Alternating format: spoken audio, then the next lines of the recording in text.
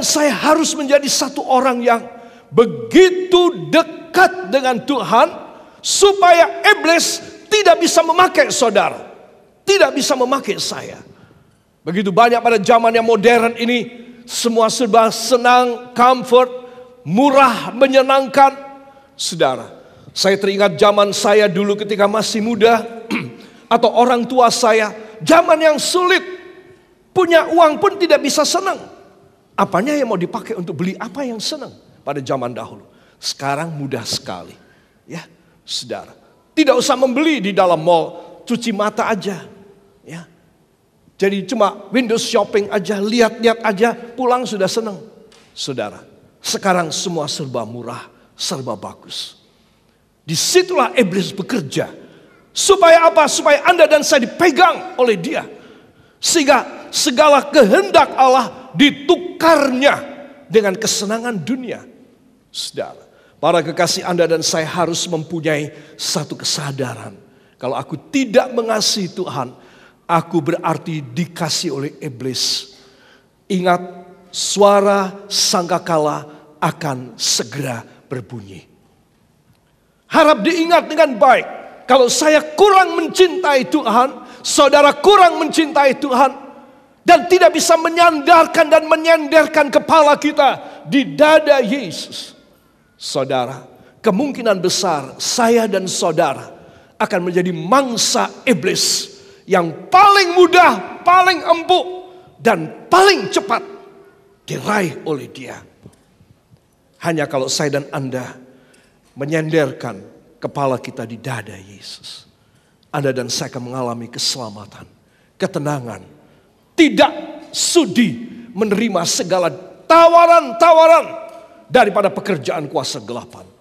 Saudara, itu sebab marilah saya mengajak saudara, dengan pendahuluan ini kita masuk pada beberapa ayat yang akan saya sampaikan berikut.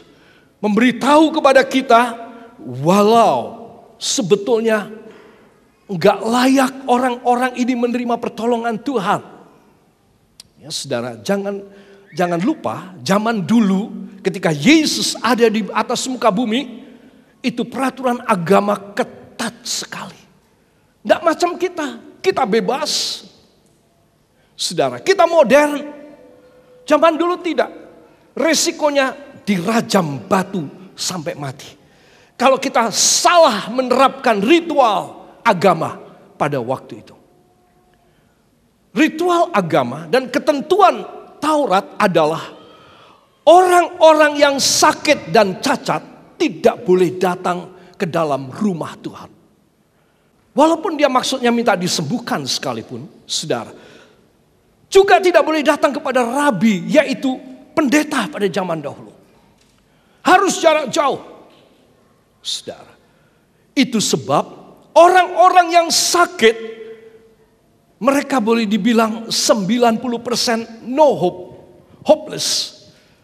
Ya tunggu kematian aja, tunggu kematian saja. Saudara, tetapi apa yang akan kita baca dari Matius 9, 35, 36, ini luar biasa. Mari kita akan membuka Alkitab kita. Injil Matius pasal yang ke-9, ayat yang ke-35 dan 36, para kekasih. 1, 2. Demikianlah Yesus berkeliling ke semua kota dan desa. Ia mengajar dalam rumah-rumah ibadat dan memberitakan Injil kerajaan sorga, serta melenyapkan segala penyakit dan kelemahan. Melihat orang banyak itu, tergeraklah hati Yesus oleh belas kasihan kepada mereka, karena mereka lelah dan terlantar seperti domba yang tidak bergembala. Amin. Saudara, perhatikan kalimat terakhir dari ayat 35. Memberitakan Injil kerajaan sorga, serta apa? Melenyapkan segala, 1, penyakit, 2, kelemahan. Yesus melakukannya. Selesai. Tapi Yesus kepikiran, ya aku sekarang bisa melakukan. Nanti kalau aku diangkat oleh Bapa masuk dalam sorga kembali, bagaimana? Orang-orang ini gimana nasibnya?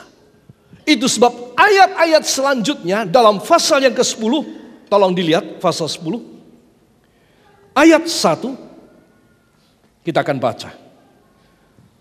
1, 2. Yesus memanggil ke-12 muridnya dan memberi kuasa kepada mereka untuk mengusir roh-roh jahat dan untuk melenyapkan apa? Segala penyakit dan segala kelemahan. Amin. Pasal 9 ayat 35, Yesus sendiri yang melakukan. Terus dia kepikir, nggak boleh dong cuma aku. Ayo 12 orang datang ke sini. Dia memberi kuasa pada 12. Sehingga 12 orang ini penuh kuasa untuk mengusir setan, melenyapkan penyakit dan melenyapkan kelemahan. Persis seperti dia lakukan pada pasal 9 ayat 35. Jadi saudara mesti tahu bahwa Yesus penuh dengan kerinduan. Dia tidak punya pikiran yang lain kecuali mensejahterakan, memberikan kembali nilai hidup, mengangkat harkat martabat manusia. Walau secara agama tidak boleh datang, dia mendatangi mereka. Dalam Injil yang lain dikatakan ketika malam, saben kali orang-orang yang sekeng dan yang cacat, invalid ini hanya berani datang kepada Yesus ketika sudah malam.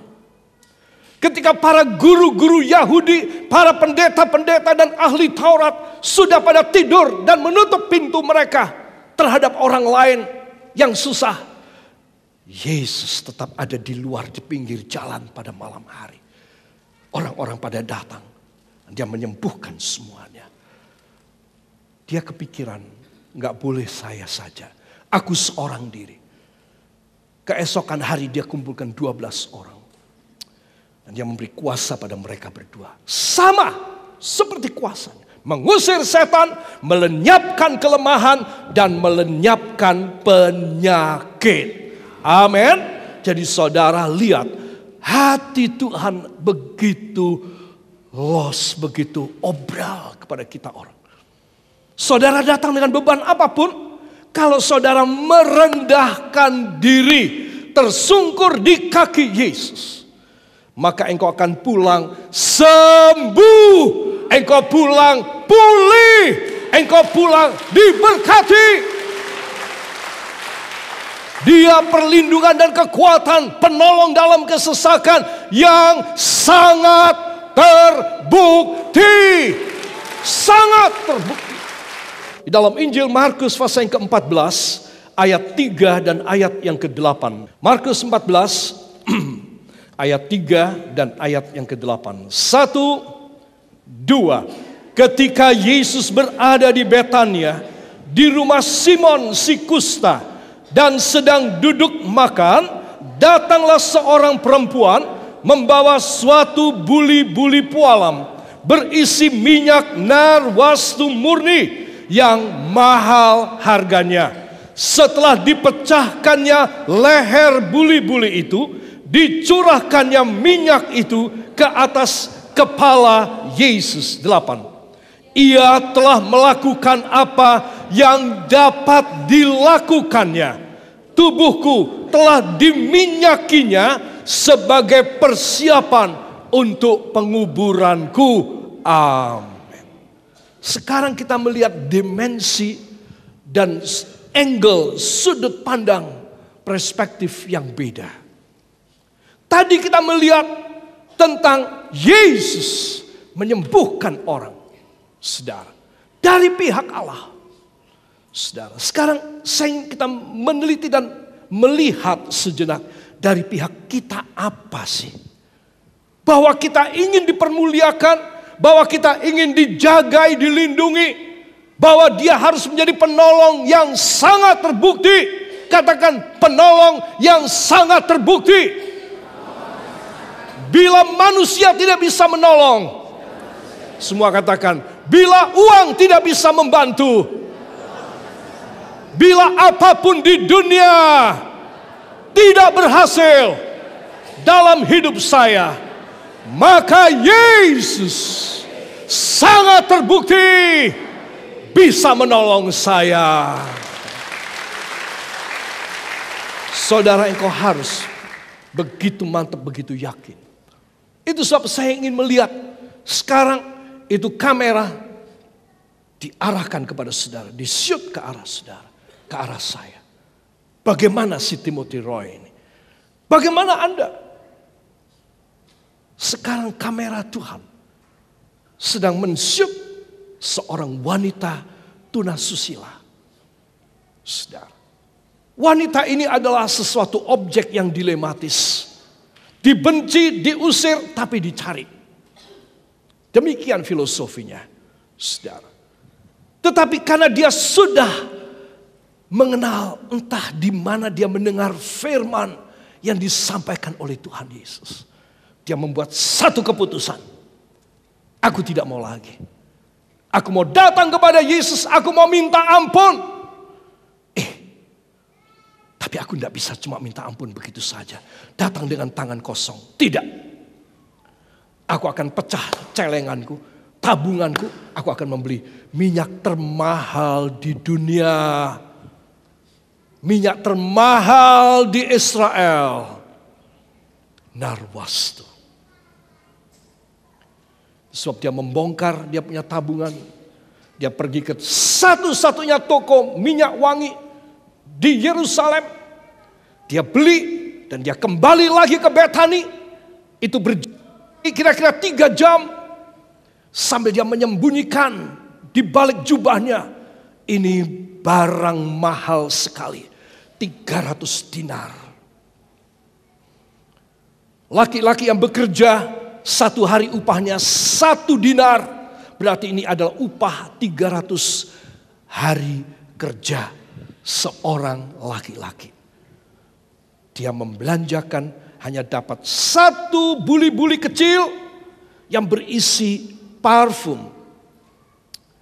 Ini bukan eau de toilette, yaitu parfum yang dicampur dengan alkohol sehingga lebih murah harganya. Tapi ini parfum aslinya, saudara. Dan dia mendapatkan dari buli-buli pualam yang kecil. Dia simpan, dia berjalan 3 jam ke Betani. Dan dia mencari Yesus. Oh, tidak bisa ditemui. Yesus sedang ada bedstone ucapan syukur. Baru ada apa? Baru ada bedstone. Ada MK lah, katakan demikian. No problem. Aku mau menerobos masuk. Dan wanita ini menerobos masuk. Langsung mencari kaki Yesus. Dan mulai melepas gulungannya rambutnya.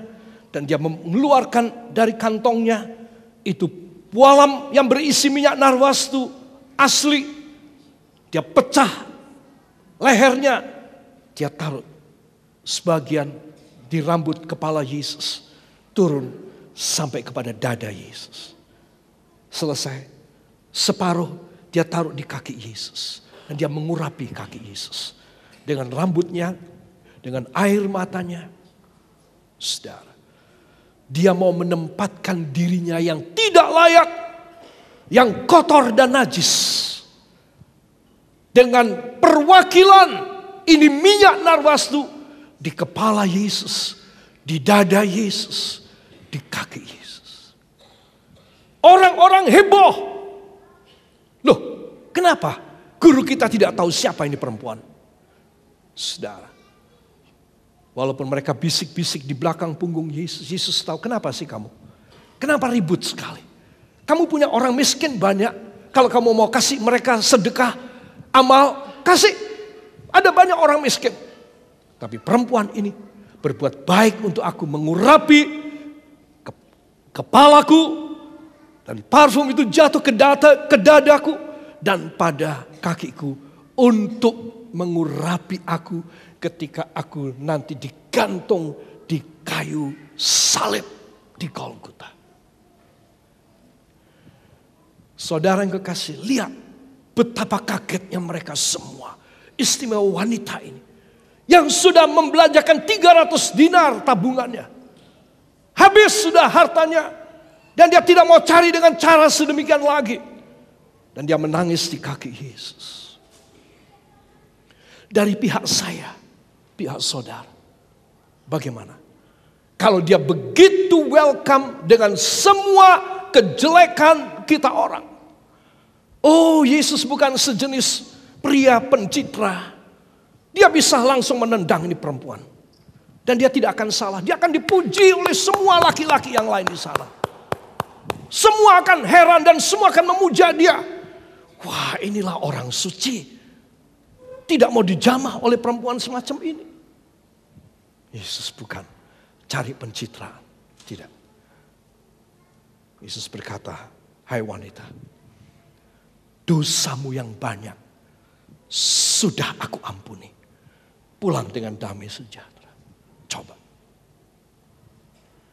Jelas dia beda dengan cara pikir kita yang munafik. Cara pikir kita yang duniawi. Beda sekali. Itu sebab Anda dan saya harus tahu kalau kita tersungkur di kaki Yesus. Itu bukanlah suatu tindakan sia-sia. Itu suatu tindakan yang terhormat dan mulia di mata Allah. Kalau Anda dan saya membutuhkan dalam keadaan yang sangat kepepet seperti wanita ini. Kalau aku mau bertobat gimana ya? Kalau aku mau melepaskan aku punya profesi atau aku punya hobi ini gimana ya? Aku nggak tahu caranya. Saudara yang kekasih, semua kita yang tidak tahu caranya, semua kita yang bingung mencari solusi dan resolusi, semua kita yang tidak punya inisiatif, ide, ataupun sesuatu cara berpikir yang bijak, ya nggak apa-apa, engkau berhenti dari memikirkannya. You just come to Jesus Christ, the only Savior for the world. If you come to Him as just as you are, seperti apa adanya kau datang, maka Dia akan menerima engkau. Selesai semuanya.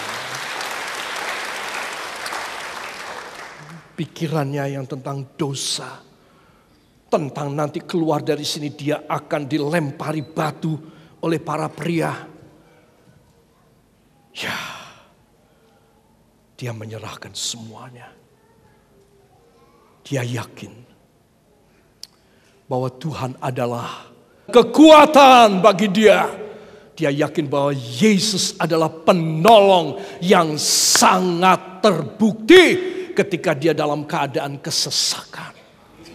Anda dan saya datang kepadanya membawa parfum kita untuk mewangikan dia. Maka engkau akan pulang. Engkau berada di dada Yesus. Dia akan berkata, anakku, seumur hidupmu, dari muda sampai tua sampai kau mati, aku yang bertanggung jawab. Karena engkau ada di dadaku. Saudara menyadari tentang betapa pentingnya. Untuk itu lensa kamera disorot kepada Anda. Jangan hanya tertuju kepada Tuhan. Supaya kita tahu gimana kita punya attitude, kita punya tanggapan dan respons kita yang tulus kepada Tuhan Yesus. Tidak kita munafiki, tidak kita pura-pura dan bias. Aslinya hamba, oh Tuhan ternyata hamba begini tidak layak. Kalau kita menganggap diri kita tidak layak, engkau menarik hati Allah untuk merengkuh engkau, untuk menghak engkau, untuk mengambil engkau dalam pelukannya. Tapi sementara itu ada begitu banyak pria, ada beberapa rabi, pendeta-pendeta Yahudi, ada ahli Taurat, orang Farisi di sana yang ikut makan sehidangan dengan Yesus. Wah, semuanya wajahnya kereng dan pucat dan asam sekali. Ya, mereka tidak ada pengampunan. Mereka tidak akan mengalami pengampunan. Hanya perempuan ini saja. Karena dia sangat jujur di hadapan Tuhan. Bahkan murid-murid berkata, pemborosan harusnya dibagikan pada orang miskin 300 dinar. Yudas Iskariot mengatakan demikian karena dia adalah bendahara dari Tuhan Yesus dan dia tahu persis. Jangan-jangan dia beberapa kali window shopping di itu toko parfum dan sekedar melihat harganya, dibalik melihat, oh sak menergane. Mungkin dia cuma sekedar melihat dan dia tahu itu apa mereknya, apa berapa harganya, di mana di Yerusalem adanya cuma di sana. Dan wanita ini berjalan 3 jam menuju ke Betania untuk menghantar, untuk mengurapi Yesus. Oh, wanita ini sangat orisinil. Dia hanya datang seperti apa adanya dia. Orang berdosa dan dia minta ampun kepada Tuhan. Tuhan berkata, seketika itu pada menit yang sama dia menangis. Dia mengurapi kaki Yesus dengan rambut dan parfum itu. Pada menit itu juga Yesus berkata, hai wanita, pulang. Dosamu yang banyak sudah diampuni. Pulanglah dengan damai sejahtera. Bila saudara mempunyai beban, mempunyai masalah yang kira-kira mirip ataupun berbeda jauh, tidak apa-apa. Apa saja masalah saudara, bawa datang kepadanya. Dia mau memberi kepada saudara perlindungan dan kekuatan. Dia mau memberi pertolongan dan dia mau memberikan kelepasan dari kesesakan di dadanya. Kalau saudara tahu, oh caranya untuk berada, menyandarkan kepalaku yang overloaded, yang penuh sesak dengan keputusasaan, dosa. Jangan anggap dosa itu ada di hati loh saudara. Dosa itu di kepala. Saudara. Yang penuh kepala ini, yang penuh dengan segala macam kekacauan, tidak damai dan sejahtera, persoalan yang tidak kunjung selesai. Saudara, datang kepadanya. Engkau hanya membayar dengan komitmen. Tuhan saya janji. Katakan, Tuhan saya janji. Tuhan saya berjanji berkomitmen kepadamu. Dengan ini saja saya membayar hatimu, dadamu, di mana saya bisa damai. Saudara, mudah sekali. Apa yang seringkali membisiki kita? 1, iblis. 2, duniawi. Saudara, ketika saudara mau datang kepada Tuhan, saudara mau lebih dekat kepada Tuhan, ada undangan ini, ada ajakan olahraga itu, ada arisan, ada apa hiking, ada apa lagi family datang, dan lain sebagainya. Bahkan harinya Tuhan pun saudara pakai untuk mencari uang, untuk mengurus urusan saudara. Saudara, bagaimana kalau sangkakala Allah berbunyi nanti? Saudara, biar 2 ayat yang akan kita baca memberitahu kepada kita bahwa batas umur ini adalah nisbi. Nisbi itu di dalam ilmu eksakta adalah sesuatu yang meragukan. Saudara, kalau saudara dan saya mengakui bahwa hidup kita itu nisbi, maka saya dan saudara tidak punya pilihan kedua. Cuma ada 1 pilihan. Saya mau mencari kerajaan Allah dan kebenarannya. Supaya semuanya yang lain ditambahkan kepada saya. Semua katakan, itu sebab saya mau memberi komitmen saya kepada Tuhan Yesus. Itu sebab saya meninggalkan dosa saya dan segala daya tarik duniawi supaya saya mendekat kepadanya. If you encounter God with whatever you are, just as you are, you come to Him, and then He Himself will give the Holy Spirit, Roh Kudus, to anoint you and give you the strength enough untuk mengurapi dan memberi kekuatan yang cukup, so that you can walk through your life, your part of life, your problem. Engkau akan menjalaninya dalam satu keadaan yang berhasil dalam hidupmu. Amin. Mari kita akan baca bersama. Ini memotivasi saya dan memotivasi Anda. Halaman 613 lebih kurang. Ayat 16 dan ayat yang ke-18. 1, 2. Ya Tuhan Allah kami, segala kelimpahan bahan-bahan yang kami sediakan ini untuk mendirikan bagimu rumah bagi namamu yang kudus adalah dari tanganmu sendiri dan punyamulah segala-galanya. 18. Ya Tuhan Allah Abraham, Ishak dan Israel, bapak-bapak kami, peliharalah untuk selama-lamanya kecenderungan hati umatmu yang demikian ini, dan tetaplah tujukan hati mereka kepadamu. Amin. Dan tetaplah tujukan hati mereka kepada siapa? Kepada Tuhan. Penting sekali mengarahkan hati saya. Wah, begitu banyak yang membuat kita menjadi pusing. Aku harus pilih yang mana ya?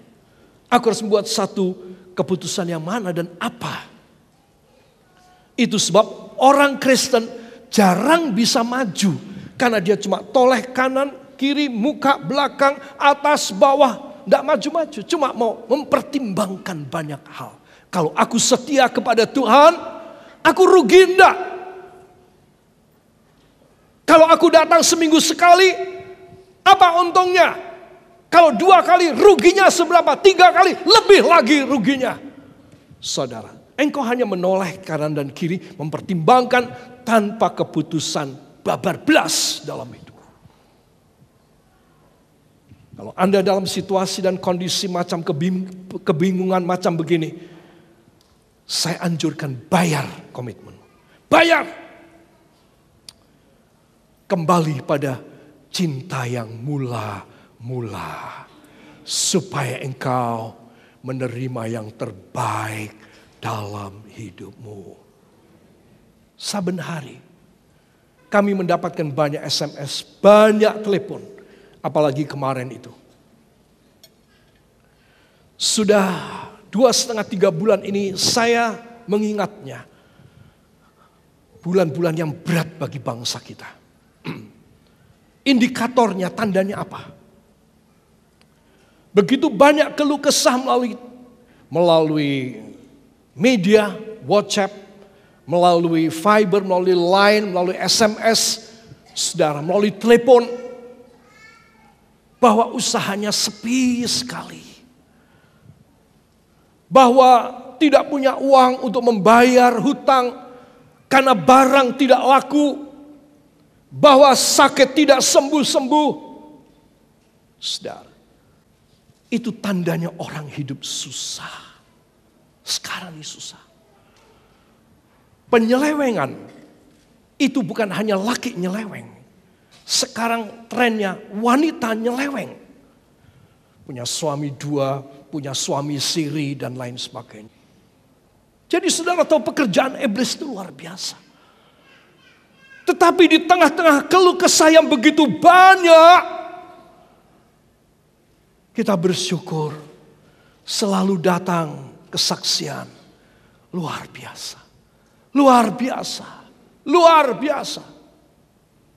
Saya tahu firman Tuhan tidak pernah bohong.